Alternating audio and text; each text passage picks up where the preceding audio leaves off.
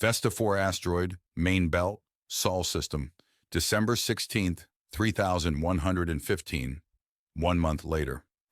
I waited in the small exercise and relaxation chamber adjacent to the main working area of Ux's former isolated laboratory inside the asteroid Vesta. Omu was my only companion as Rami Rahat, Ux's former roommate and lover from when she had resided on this asteroid, had departed 10 minutes ago.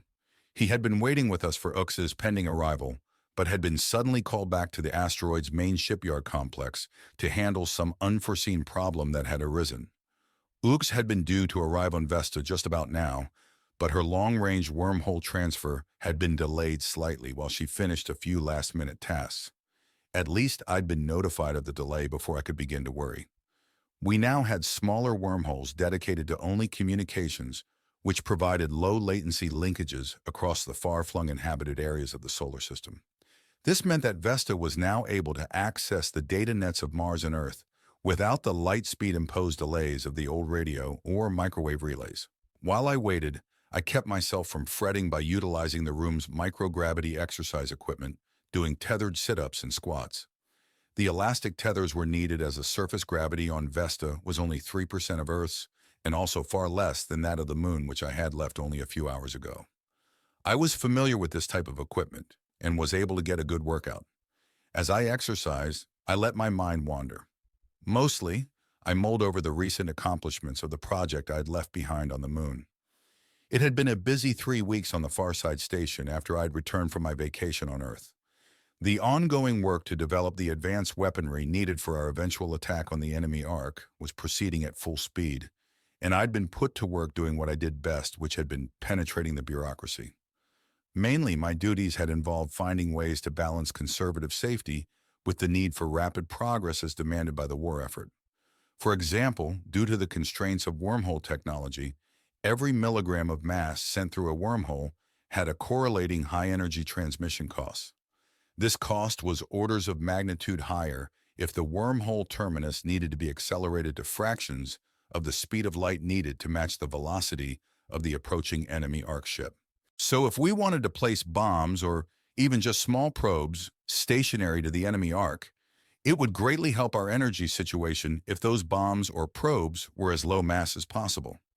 Reducing mass had potentially dangerous ramifications, however. Consider your basic annihilation bomb, where the yield came from simply combining equal masses of matter and antimatter. The antimatter component required a considerable amount of complicated wizardry to keep it contained and secure so as to not explode until you wanted it to. This wizardry was normally heavy, delicate, and complicated. Unfortunately, it was also the only practical part of the weapon system which could be minimized to save mass. The antimatter couldn't be reduced as every single atom of it was needed to make the boom. Simply put, less antimatter equaled less boom. So if you reduce the antimatter, your boom simply became that much smaller. The matter component of the device had to roughly match the antimatter mass. This could come from the other parts of the bomb, the shell of the weapon, and the mass of the control wizardry. Some could even come from the enemy Ark itself, but only if the contact occurred deep inside it.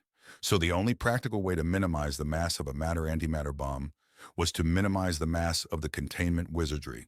This had the one major drawback of making for a very sensitive and fragile bomb. Here was where I came in. With a wave of my AI override powers, I could enable the testing required to determine just how much reduction in mass and increased fragility we could live with. As you can imagine, these tests failed often and spectacularly. The lunar testing field adjacent to the Farside Station was littered with the new pockmarks of our recent mass reduction tests. Was it dangerous? Hell, yes it was!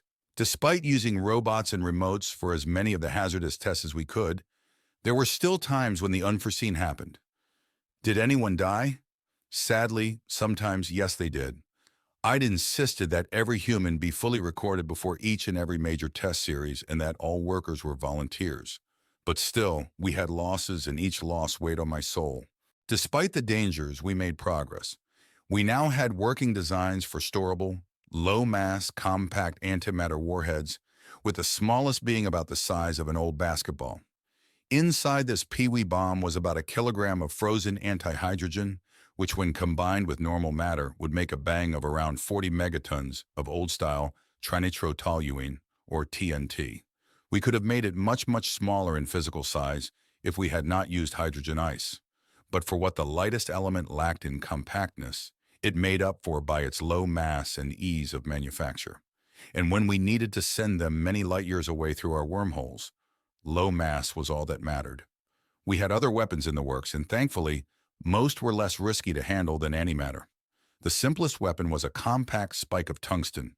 They were the utmost in simplicity, as all we had to do is use the wormhole to plop them in the path of the enemy arc. We'd send them without matching the arc's velocity and let the enemy run into them. As you can expect, the 7.496% C velocity difference made for a pretty decent bang. The smallest size punji rod we were stockpiling was a bit over 100 kilograms. This made for an 80mm diameter rod, a bit over 1.5 meters long. If we stuck one in the path of the enemy, it would punch with a kinetic energy of around 6 megatons of TNT yield. We had made hundreds already. Also, not having to match the arc's speed meant that we would have the wormhole energy to send dozens of the rods at a time. The one downside was that the kinetic rods would need to be precisely targeted. Because of the enormous rate of closure, the rods would have to be perfectly placed so that the enemy arc would smash into them without our having to guide or maneuver them. This meant we'd need to track both the enemy arc course and speed and our slug's arrival positions very accurately. To do so would require stealthy probes, which would need to shadow the enemy arc. More things to figure out and build. Adding to the complexity of the rods, we dare not just put the slugs in the direct path of the enemy. If we tried, and if our timing was off just the smallest amount, we ran the risk of the arc impacting our active wormhole. If that occurred, our massively complex and expensive wormhole generator machinery and everything nearby would go up in a gigaton-sized feedback explosion. No, to prevent that risk, we'd have to deploy our tungsten slugs from off to the side of the arc's course vector. It would be like a stationary bow hunter shooting at a deer running by at an angle. Only this deer would be flying by at over 7% of light speed. As I said, there were still a lot of bugs to work out with the plan. I suspect there will be a lot of misses before we get our timing just right. We also had a few non-explosive and non-kinetic weapons in the works. Some of these were logic-based attacks and, ironically, were probably just as dangerous as the delicate antimatter basketballs. The existence of logic-based weapons was being kept very secret for now to prevent widespread panic and worry. Only a handful of trusted humans were working with the AIs on that aspect of our weapons program. I was brought out of my wool gathering by Neo Truffle's AI announcing that it was finally ready to activate Sarissa, the prototype, long-reaching wormhole machine located in the adjacent vacuum chamber, and bring Ux here from Mars. I untethered myself from the low-gravity treadmill and pulled myself over to the nearby window, which looked out into the enormous experiment chamber beyond. I'd first seen this chamber 2 years ago, when Ux had revealed her wormhole discovery to me. The experiment chamber had been modified since then, with the largest change being that the entire space was now open to the stars above. Where before there had been a roof or barrier hiding the work area from anyone passing by overhead, now the chamber resembled an enormous, deep crater. But unlike the normal empty asteroid crater, this one was filled with complicated gadgetry lit by bright spotlighting. The chamber remained in vacuum to save construction time and to reduce the damage from explosions. Also, without having to pass through tunnels or airlocks, the larger and bulkier items could be brought to the crater from orbit or the main shipyard simply by flying them here and landing them directly into the crater. Long-range, high spatial differential wormhole transport was also best performed in a vacuum, as even transmitting air molecules along with the cargo required additional power.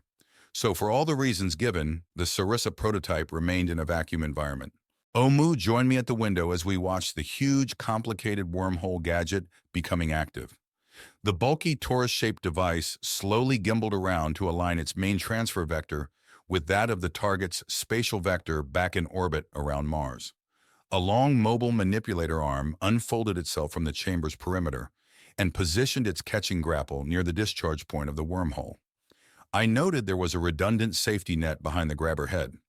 This was because the actual transfer would happen quickly to minimize power usage, and the net was a backup in case the grabber missed catching the incoming projectile. I was glad for the net, as that projectile would be my former wife and still best friend in her sealed transport tube. I'd gone through the same trip a few hours earlier, and I sympathized with what Uxa would soon be experiencing. Omu and I saw the distortion ring form and stabilize. The vacuum beyond the window meant that the wormhole opened mostly in silence. The only non-visual sensation I noted was a vibration in the floor as the huge power coupling relays in the power center below us closed, sending megajoules of energy into the spatial compensators of the wormhole machinery. I was happy to see that the Sarissa hardware had been built for show and that the compensating coils ringing the main torrid shape of the generator were now showing visual power cycling indicators. As the exotic matter streams inside the rings were accelerated to match the motion of Mars, the lights on the outer casings became a spinning blur until they formed near-steady neon-like rings around the wormhole opening itself. "Transferring now," Truffles said audibly, using an overhead speaker. There was a flash and a shiny, body-sized cylinder shot out from the wormhole's distortion ring. The grabber caught the fast-moving projectile, recoiling as it absorbed its velocity. To conserve energy, almost before the grabber stopped moving, the active wormhole was closed. The opening power relays caused a second small tremor in the floor of the room as the massive energy flow was disconnected. The grabber arm carefully repositioned the cylinder to one of the medium-sized airlocks adjoining the control room. The transfer was over, and Oaks had been delivered from Mars orbit to here on Vesta. Despite the brevity of the procedure, the nearly 2 AUs of travel and the spatial momentum compensation needed had required around 500 billion joules of continuous energy input. I'd inquired with Omu, who equated the power expended to that of a small backpack nuclear bomb. At first, I understood that to be a tiny nuclear explosion, until Omu reminded me that the energy release was not in one instant burst, but sustained for almost 2 seconds. This meant that in actuality it was like a few hundred little nukes going off over the few seconds of the transfer. I had a sudden revelation that our new mode of travel would result in a system-wide energy crisis if no one was careful. Omu and I headed to the main operations room adjacent to the habitat to greet Uxa. There we found 2 humans busy at work in the operations room, Marissa Urbane and Thomas Oppenheim. Thomas was a science specialist and was overseeing a main control console, likely acting as an emergency backup in case Truffles, the main AI in charge, blew a tube. The unlikelihood of that happening, or the slim chance that he would be able to intervene fast enough to matter, was proven by the fact that he was currently reclined back in his chair, off in some virtual amusement. Marissa was currently busier. The female mechanical technician was standing near the inner door of the airlock, where Ux's tube had just been delivered, waiting for it to pressurize. Omu followed me as I approached the airlock alcove. "Hey, John," Marissa said. "Did your exercise session get the jitters worked out of your system?" "It helped some. I guess the transfer I'd gone through earlier and the big test we have coming up has me feeling a little anxious," I replied. She just nodded and turned to watch the lock complete its cycle. I remained silent also. Marissa was friendly enough, but she had the annoying habit of constantly popping into and out of virtual.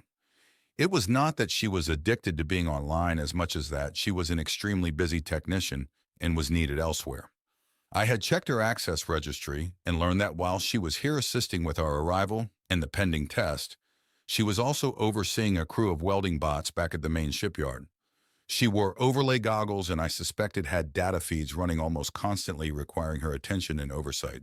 Yes, despite the promise of near-term interstellar range wormholes, the shipyard was still busy working on the Gambito. There had been talk of stopping construction of humanity's 4th colonizer, an exploration starship, and shifting resources to the wormhole effort, but that had been overruled, at least for now. In fact, we were busy redesigning and rebuilding the massive starship to take advantage of our recent wormhole breakthroughs. The main modifications being made to Gambito were the inclusion of an onboard interplanetary range wormhole generator.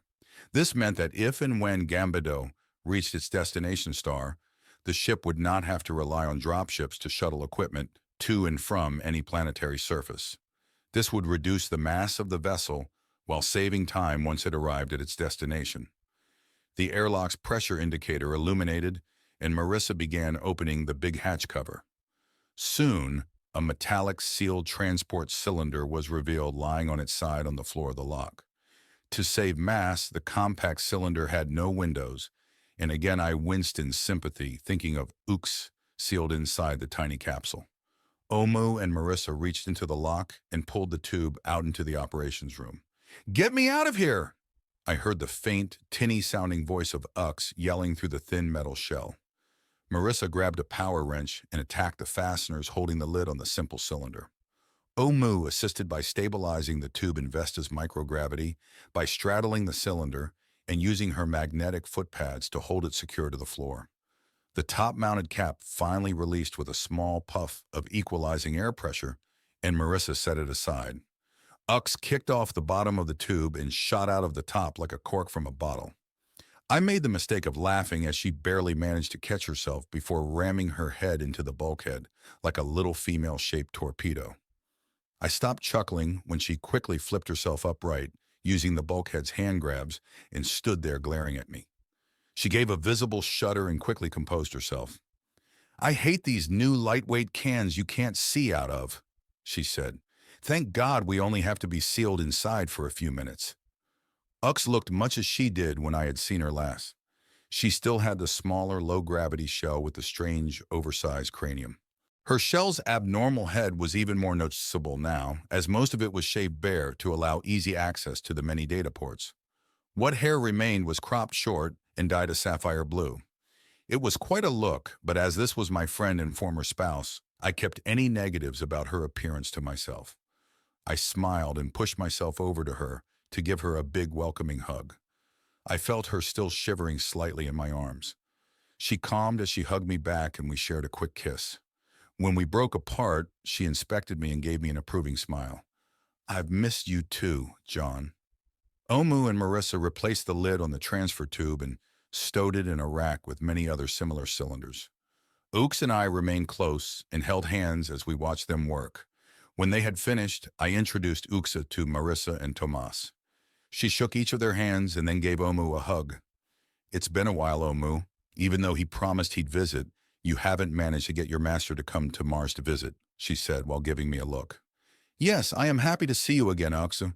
As far as visiting Mars, if today's test with the Sarissa prototype goes well, we may be visiting you at the Phobos military wormhole complex soon enough," the android replied. "Welcome back to Vesta, Orcs," Truffles AI spoke after Omu finished. "I hope your transport from Mars was tolerable?" "Hello, Truffles. I'm okay and glad to be back. Is everything here ready to go?" Orcs asked the AI. "All equipment needed for the upcoming operation is optimal. Preparations are complete except for the final downloading of the payload control presence.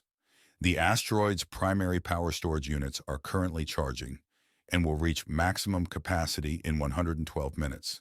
The secondary power facilities are holding on standby status in near orbit," the research complex's AI said. "What's the status of the new data connection back to the Earth?" Uxie next asked. "The data-only wormhole link is active and holding. L2 station reports that it expects to have enough power available to maintain the direct data linkage for the next 4 hours. Using the link, we will have full low-latency contact with both Naomi and Xenius AIs. They will add their capacity to the local asteroid-based AIs, Gymnasium and myself," Truffles reported. "I had seldom interacted with Xenius. It was the lesser AI devoted to all things related to our ally. We hoped that they were an ally against the assemblage, the Hemru. Gymnasium AI was responsible for the construction of our interstellar starships and was based in a data center adjacent to the main shipyard. Truffles was Eux's original firewalled wormhole research AI based here at this experimental laboratory in an armored chamber below us.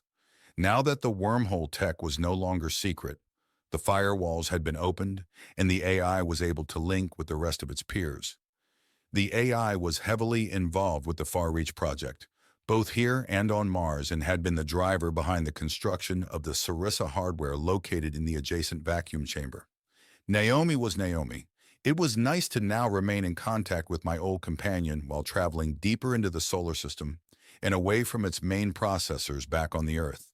With all 4 AIs available for the upcoming test, we should have more than enough computing power on tap. "Where's Rami?" Ukse asked. "He was waiting for you, but something came up back at the main shipyard. I don't think he will have time to return before the upcoming operation," I explained. I didn't have to explain that as a supervisor on the starship's construction, Rami would be kept away from the prototype during the upcoming operation. Ukse was aware of those security needs better than I was. There is always a chance that a long-distance wormhole would open in the path of a chunk of high-velocity space debris and destroy the complex. The shipyard and the main base are far enough away to be safe from any feedback explosions if that were to occur. Just as with me, Ukse had been required to have a full mine data backup before being permitted to come here today. All persons attending today's operations were similarly backed up, including Marissa and Tomas. Tomas accessed his instruments for a moment and then spoke. "Ma'am, the main habitat short-range wormhole is available and has an opening in its schedule if you wish to make a quick visit to the main shipyard control center where Supervisor Rahat is currently working." Uki looked towards me. "We do have over an hour to wait and I'd like to see him. Care to join me for a quick hop over to see Rami?" "I've already spoken with him, so you go on ahead. I'll grab a coffee and a bite to eat from the auto kitchen while you're gone. I should also check in with my great-granddaughter back on my island while I have the free time," I replied. Ukse just smiled. She was smart enough to know that my excuse was a polite fiction to allow her time to visit her old lover and roommate alone. They had been apart for a few years now, so it was only fair that they had a moment of privacy. "Please arrange for the transport, Tomas," she told the specialist. 15 seconds later, a 1-meter diameter wormhole appeared at the opposite end of the workroom. Within seconds, a short, open-ended metallic tube extruded out from the distortion ring. From the outer edge of the tube, a cone of safety mesh unfurled on long filaments. Due to the extremely low gravity, local wormhole travel on Vesta didn't require transport cylinders.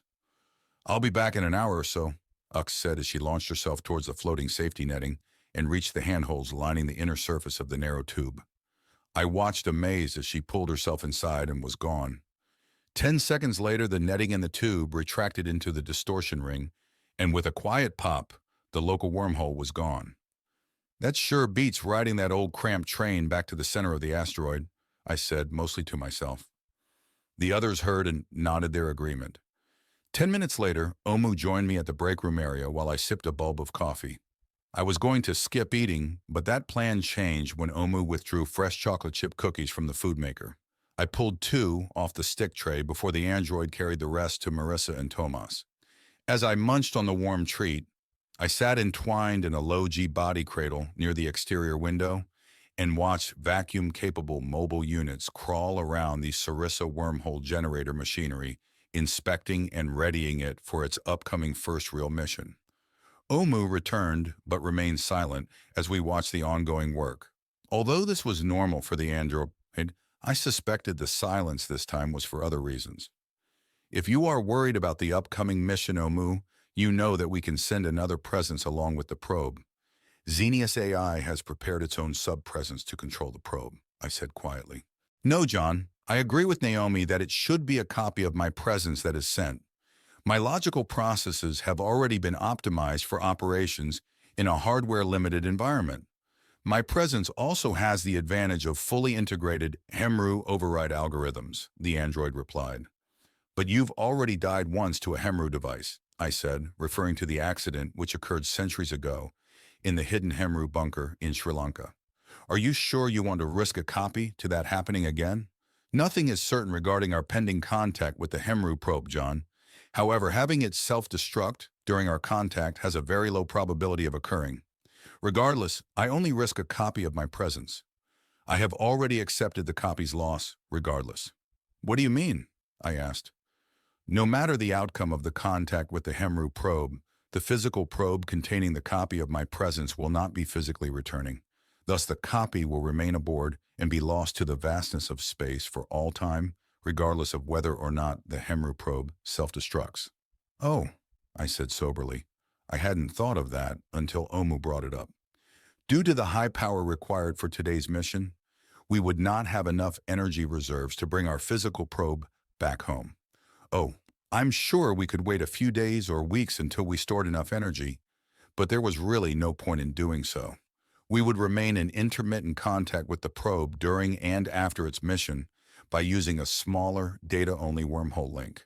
This would allow Sol's system to retrieve all collected data and for the probe to act as a long-duration scout. Still, it meant that Omu's digital copy would remain on the probe.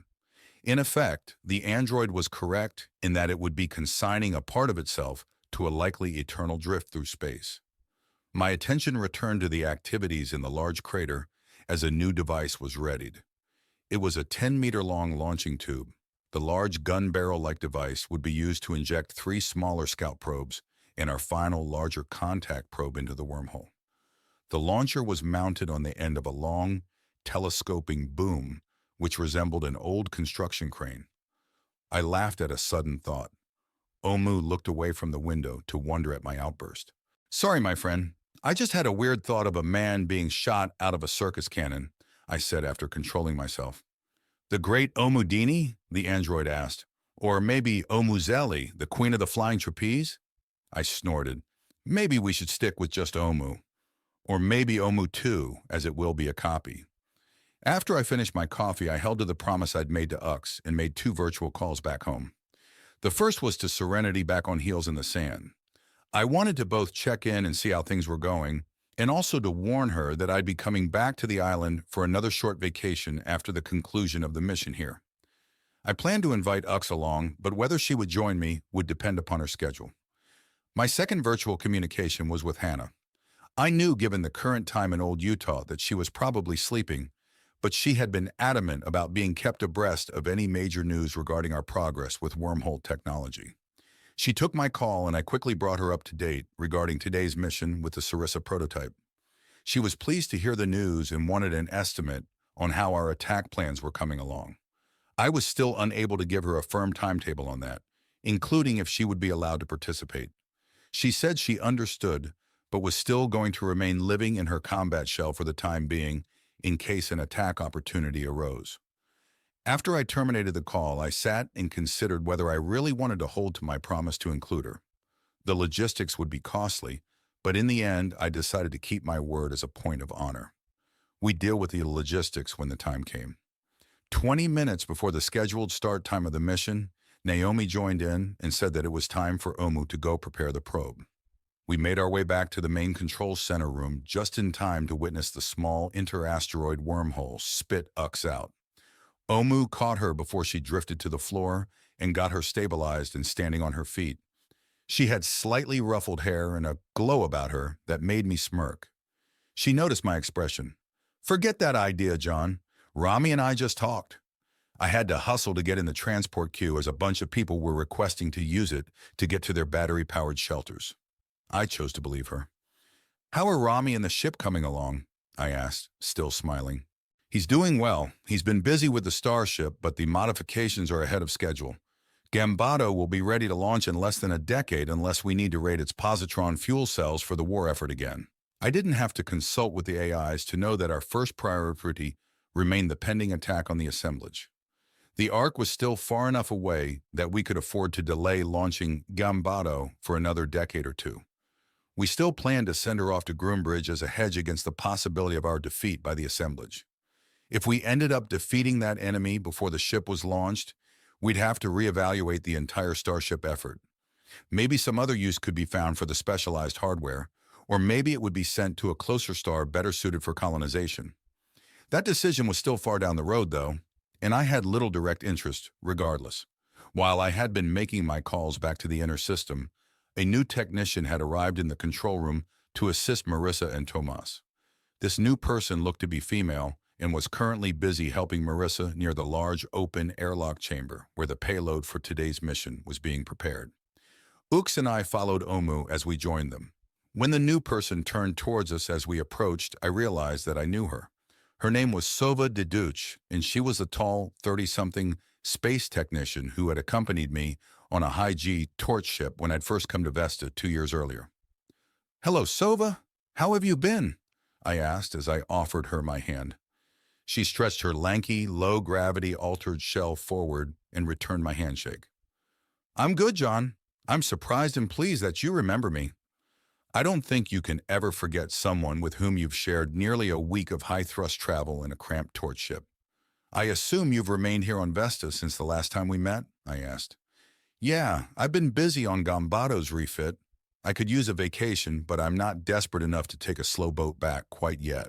Hopefully, an opening in the new wormhole transfer queue back to Earth will become available soon. The lanky girl groused. If it survives the upcoming mission, that is, she added more seriously. She kept looking back to the probe as we talked, eager to get back to her work.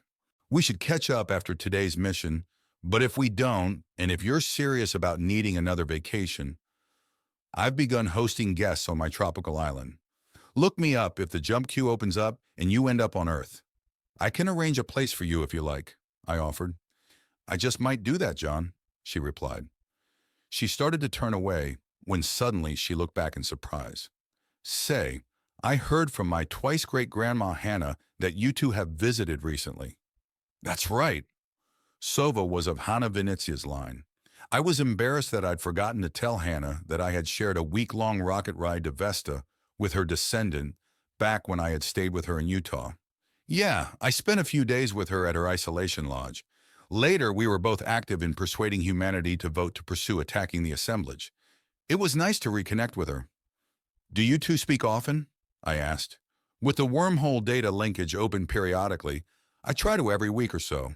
Our genetic family branch has a group forum where we can keep up with each other. Now that I can access the forum without the light speed delay, I try to check in more often. I nodded and let her get back to work. Naomi, I sub-vocalized, can you see to it that Sova and her partner have a slot in the queue a few days after the mission is concluded? Of course, Jon. Note that only one transport slot will be needed as Vesta's living unit accommodations list Sova as no longer sharing quarters with Bale. I assume you wish your part in this to remain unknown. I felt momentarily saddened, began to learn that the couple were no longer together. I recalled that Sova had been unsure of their relationship status during her last vacation. Yes, if you can, make the same offer to everyone who risked their physical shells for this mission. I added, it will be done, was her reply via my implant. Sova was now busy helping Marissa prep the payload for today's experiment. I looked around them both to study the device.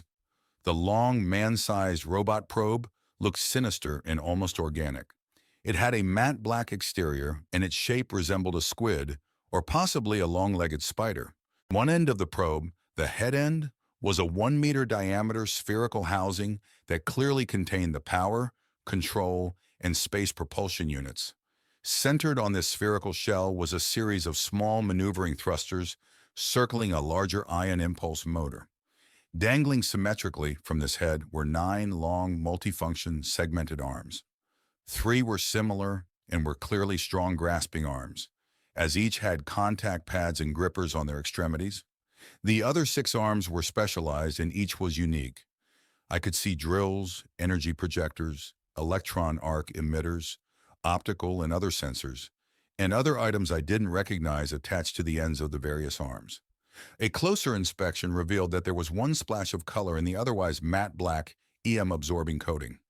The bright orange splash was just above the thrusters and appeared to be some sort of writing. I leaned forward to read the flowing cursive letters. O, H, N, O, Ono? I asked, giving the android a look. I thought it was a more appropriate designation than Omutu or Expendable Probe 1, Jon. Ux smirked as I just shook my head. Activating probe unit Ono. Please keep clear, Truffles announced via the ceiling wall speakers. Sova and Marissa stood back as the black multi-armed robot shuddered and pulled itself out of its work cradle. It assumed a standing position in the microgravity, using its 3 largest arms as a makeshift tripod. When the probe was again stationary, the 2 human technicians returned to the airlock to work on the 3 smaller scout probes. Marissa removed the soccer ball-size objects from a packing crate and handed them to Sova, who momentarily attached a data linkage to each. After each had gone through final inspection, they were returned to their crates. While the humans worked, Omu stepped up to the larger Ono probe and inserted her interface finger probe into a data port which had just opened near a large optical sensor. There was a pause as my android friend stood unmoving while direct interface was achieved. Transferring operating system and my logical presence into the Ono probe, the android finally said. The black probe gave a few new twitches and jerks as the data transfer commenced. Releasing full probe control to Omu, Truffles announced. Main logic overlays in place, Omu and the black robot probe said simultaneously. The voice coming from the probe was more of a grating vibration emanating from the small sonic projector located on the end of one of its arms. Ux and I looked at each other with wide eyes. The paired voices were more than just a little unsettling. While we waited for Omu to complete the operating presence transfer, the two technicians removed the larger probe's cradle from the airlock and carried it into another part of the control room. Tomas remained at the main control station, getting things ready for the big experiment. Attention, this is Gymnasium AI. Prepare for emergency low-power operations in 15 minutes. All Vesta personnel shall secure their current work activities and make their way to the designated emergency shelters or other areas with self-contained power generation. Normal operations will resume in approximately 2 hours. The room lights flash 3 times to accentuate the AI's message. All across the asteroid, including the main shipyard, human workers and AI sub-presences would be preparing for the 2-hour period of minimal power. The reason was our upcoming test would need all the active power generation available on the asteroid, including most of its non-emergency stored energy reserves. Yux took her place next to Tomas at the control board and folded herself into a customized body cradle sized for her use only. The cradle reversed itself, rolling over and tilting forward, leaving my friend in an almost kneeling position facing the wall. A panel in the console opened and 4 snake-like data umbilicals emerged and hovered over her head. I still hate this part, she said with a brief glance toward me. See you after the mission. Isk then bowed her head, exposing the shaved portion of her cranium to the waiting data probes. The first darted forward and embedded itself, a horrifying depth, into her head. She twitched and spasmed for a moment. After she settled, the next 3 followed the first, leaving my friend more machine than human. Human AI interface complete, Truffles and Ux said simultaneously. Her words spoken in the AI's announced from the ceiling speakers. A 5th and 6th umbilical emerged from the console and embedded themselves in Uxi's right and left wrists. These would supply additional oxygenating compounds into her bloodstream. Her implant would then accelerate her heart to nearly twice its normal pulse to flood her accelerated brain with the extra oxygen. The fluids were also cooled as it was recirculated to remove the additional heat generated by her hyped-up system. I caught Tomas shuddering as he studied the smaller, prostrated woman positioned next to him.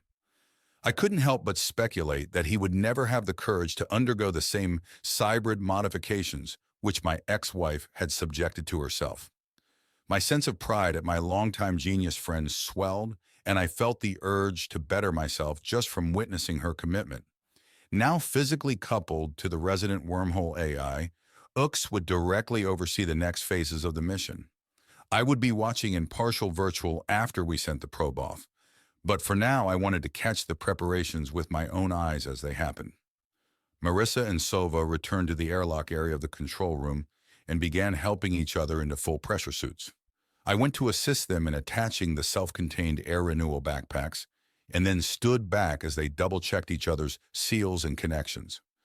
While they finished their suit prep, Omu disconnected from the Ono probe and stood back as it made its way into the airlock.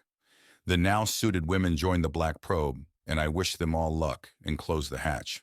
The 2 humans were going to remain in their pressure suits and out in vacuum in case any last-minute troubleshooting was needed. There were also automated mobile units available, but it was decided the 2 humans would remain on hand in case an unexpected electromagnetic event affected the machines. I made my way to the nearby observation window to watch the group leave the airlock. The technician's first task would be to oversee the installation of the 3 smaller scouting probes we'd be sending through the wormhole first. The compact devices would be used to triangulate our Hemru target's exact location and relay the information back to the control center. Next, using the refined location data, the the wormhole machinery would adjust the wormhole's terminus to be nearer to the Hemru probe before the Ono probe was sent through. We'd been tracking the departing Hemru probe ever since it had passed by the Earth. It had never shown any signs of altering its course or speed, so we had a fairly good idea where it was now. But it was still almost a quarter of a light year away, so our location data would likely be off, and thus the 3 scouts were sent first. Sova and Marissa were using handholds to make their way to the breech end of the 10-meter-long insertion device. The taller technician was towing the crate which contained the ranging probes. Over the next few minutes, I watched as they loaded the smaller probes into the injection device. It reminded me of ammunition being loaded into the magazine of a gun. Attention, this is Gymnasium AI. Restricted power status will begin in 5 minutes. If you have not reached a place of shelter, report in, and a mobile unit will be dispatched to assist you by providing emergency shelter and temporary power. Normal operations will resume in approximately 80 minutes. The 2 pressure-suited technicians boarded a small maneuvering platform which jetted them up and out of the large crater. They would be waiting in a secured pit just beyond the crater rim. This was for their safety in case of an incident during wormhole formation. As I watched them fly away to safety, I noticed a half-dozen small hovering observation platforms move in closer to the wormhole machinery. It looked like the upcoming action would be observed from all angles. With the communications wormhole in operation, the bulk of humanity would be following what happened here over the next hour. I'm sure many would also be watching me via the wall-mounted cameras as I witnessed the operation. Probably more than a few would be hoping for the installation to go up in a nuclear fireball. That faction, I hope to disappoint. Omu pulled herself up to my body cradle. "Excited, John?" my android friend asked. I realized that I had been fidgeting again. "You bet I am, Omu. If this goes well, we will not only have confirmed that we are very close to achieving light-year distance wormholes, but we might also be learning a great deal of new information about our Hemru allies." The lights in the control center dimmed as the limited power period began. Beginning Sarissa Enhanced Range Operations. Gymnasium broadcast to everyone. Charging for full spatial compensation now beginning. This will take 196 seconds, Truffles said using the room's audio speakers. Ux's shell remained silent, but when I looked closely, I could see her lips moving as if she were also speaking. Next to her, I saw that Tomas was now in full virtual. I would be the sole human in the control room to have actual physical eyeballs on the event as it happened. Outside the heavy window, the Sarissa machinery began to slew around on massive gimbals as it aligned itself to the vector of the distant departing Hemru probe. We'd scheduled today's mission to coincide with Vesta's orbital rotation so as to align the required vector with the current horizon of the testing chamber. This was mainly to allow adequate room to maneuver the 10-meter-long injection gun up to the active wormhole aperture once it was spatially aligned and fully formed. As I watched the large toroidal machine stop its motion, I was happy to see that the gun barrel would thankfully be pointing almost directly away from my viewing window. I'm sure the AIs had taken this into account when they modified the chamber for the mission. The energy relays closed, causing a small tremor and sending power to the coils. The wormhole aperture partially formed as the main coil was flooded with high-energy exotic matter and local space began distorting. There was no actual terminus as of yet, as the frequency of the exotic energy was kept oscillating on purpose. The limbo state allowed for even more exotic matter to flood the outer spatial compensation coils. As this additional matter was accelerated transversely through the forming distortion aperture, the spatial momentum of the terminus point would be accelerated. We would be dumping an enormous amount of energy into the compensation coils over the next 3 minutes, and the total velocity change would be immense. When the energy dump was over, the terminus point of the wormhole would be receding through space at nearly 8% of the speed of light, or about 24,100 kilometers per second. If our calculations were correct, that speed would exactly match that of the Hemru probe. The energy needed just to form the wormhole at that spatial velocity was over 1x 1016, 31 quadrillion joules. I'd been told that that amount was akin to the total energy release of one of the bigger nuclear weapons ever tested by man back in the old days, when we were stupid enough to aim such devices at one another. Helping to keep such a vast amount tolerable was the fact that the power delivery was spread over an entire 3-minute charging period. The asteroid's fusion power plants and energy storage reserve stockpiles could provide that amount just barely. The clock continued to tick, and the massive energy continued to pour into the spatial compensators. The base wormhole had now been bounced along its ancient cosmic string pathway and was now targeted on the location where we expected the Hemru probe to be. In the 1,162 days since it had flown past the Earth traveling at just shy of 8% of light speed, it had traveled over 2.4 trillion kilometers, or more than 16,107 astronomical units. This was just a bit more than a quarter of a light year and a third of the way through the Oort cloud surrounding our star. When the wormhole finally opened, we'd be just shy of true interstellar space. Still, it would be the farthest man has ever reached if you did not include the 3 interstellar starships we'd so far managed to launch and send off to the stars. I'd asked Omu about the old Voyager probe as mankind had launched 1,100 years ago, and learned that this wormhole's target was 7 times further from the sun than those old probes had managed to travel thus far. A 60-second countdown appeared in my smart iris's overlay, which indicated when the actual wormhole portal would form.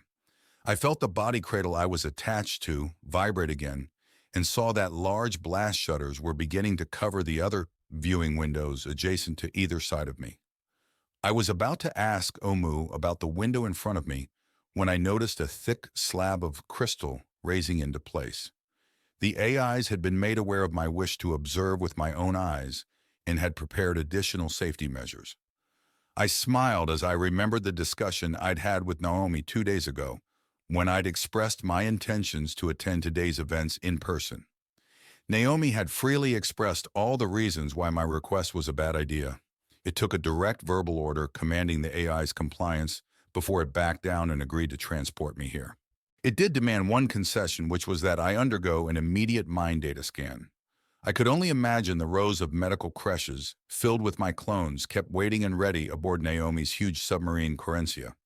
It would only take a few hours before a replacement was thawed and uploaded with my current mentality if something should befall me here. I never asked for confirmation that such copies existed, but if they did, it was the price of my freedom to act irrationally at times like this. The clear blast shield finished covering my window with a heavy thud. I was happy to see that the view was still optimal, even with the added thickness. It was ironic that I was eschewing the more detailed virtual view to observe the proceedings with the naked eye. Well, not completely naked, as I'd be augmenting my eyesight with the high technology of my smart irises. The injector mechanism was now in its final position, directly in front of the wormhole torus. Beside its long bulk was a much shorter and more slender probe sensor. This would be quickly inserted into the wormhole immediately after it formed, to take a quick peek before deploying the 3 scouting probes. Omu moved up directly beside me to also watch. I was sure the move was sympathetic, as the android could fully monitor the mission via digital channels alone. Was it teasing me? I glanced at the android, but it remained focused on the activities transpiring in the crater beyond the window. Maybe she was next to me to simply provide companionship for the occasion. "Are you still linked to Ono?" I asked the android. Omu turned to me before speaking. "I am linked to the probe's controlling presence using the standard AI peer-to-peer linkage, John. The connection allows enough separation so that Ono is now a separate and distinct awareness," the android explained. "Think of me as Omu's recently separated conjoined twin, John." I heard in my implant. The sound sensation was distinct from that Omu normally used. It was also distinct from the voice I heard when Naomi communicated with me. I realized I could distinguish and identify each voice sensation automatically. It must have been due to some mental adjusting the shell's brain had gone through. Or it was some function of the implant I had not been aware of. Regardless, although the voices of the implant sensations were similar, I simply knew who was talking to me without confusion. "Will we be able to remain linked with you after you transit the wormhole, Ono?" I asked. "Yes, as long as the active communication linkage sensor remains inserted through the wormhole aperture boundary," Ono answered. It was referring to the small sensor stalk. 10 seconds, I heard the link truffles and Ux say. A countdown indication appeared in my peripheral vision. The lighting in the control room and outer chamber beyond dimmed even further as more power was made available for the sensor insertion once the wormhole opened. I followed the numbers counting down on my overlay. Truffles, Ux remained silent as the countdown continued. The other AIs attending also remained silent. The countdown hit 0, and I felt a brief moment of dizziness as the extremely long-range wormhole was opened in the nearby crater. The sensation must have been due to some effect of space being ripped apart by such vast amounts of energy. A purplish glow formed inside the huge torus of the wormhole machinery and cast scintillating reflections on many of the shiny surfaces. "Success," Omu simply said next to me. Apparently we'd done it. We had created a wormhole nearly to interstellar space. Even better, we'd managed the feat without blowing ourselves to smithereens in the process.